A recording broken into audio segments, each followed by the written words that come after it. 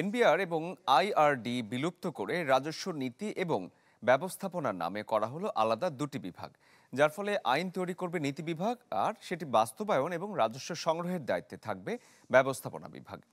সরকারের এমন সিদ্ধান্তকে ইতিবাচক হিসেবে দেখছেন অর্থনীতিবিদরা। তারা বলছেন এটি বাস্তবায়ন করা গেলে বাড়বে রাজস্ব আদায়। মইনুল হাসানের প্রতিবেদন।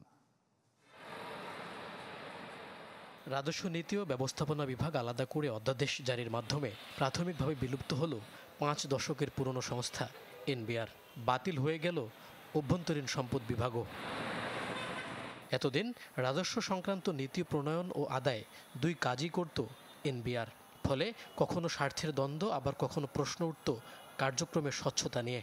তাই নতুন অধ্যাদেশ অনুযায়ী এখন থেকে আলাদা দায়িত্বে থাকবে নীতি ও ব্যবস্থাপনা বিভাগের উপর, যা কাজ করবে অর্থ মন্ত্রণালয়ের অধীনে। এমন সংস্কারকে ইতিবাচক ও সময়োপযোগী বলছেন বিশেষজ্ঞরা। এটা ওভারডিউ ছিল, এটা আগেই করার উচিত ছিল, তো দেরিতে হলেও এখন শেষ পর্যন্ত আইনটা হয়েছে, কার্যকর হয়েছে।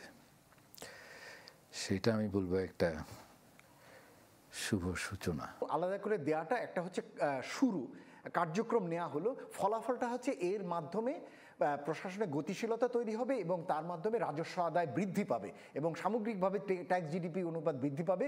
ওটাই হচ্ছে আসলে ফলাফল।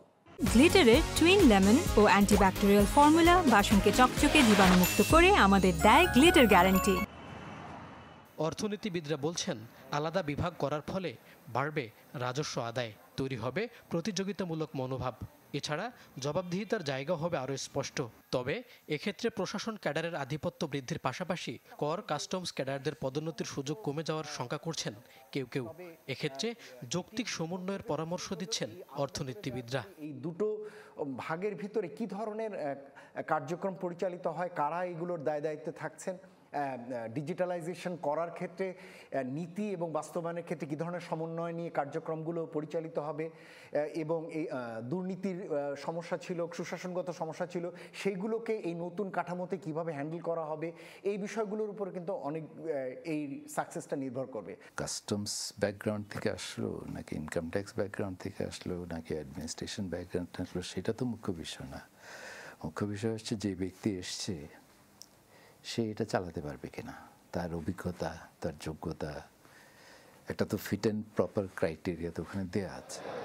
এদিকে জারি করা অধ্যাদেশে পরামর্শ কমিটির সুপারিশ যথাযথ প্রতিফলন হয়নি বলে অভিযোগ এনেছেন কর্মীরা। মইনুল হাসান, চ্যানেল 24, ঢাকা।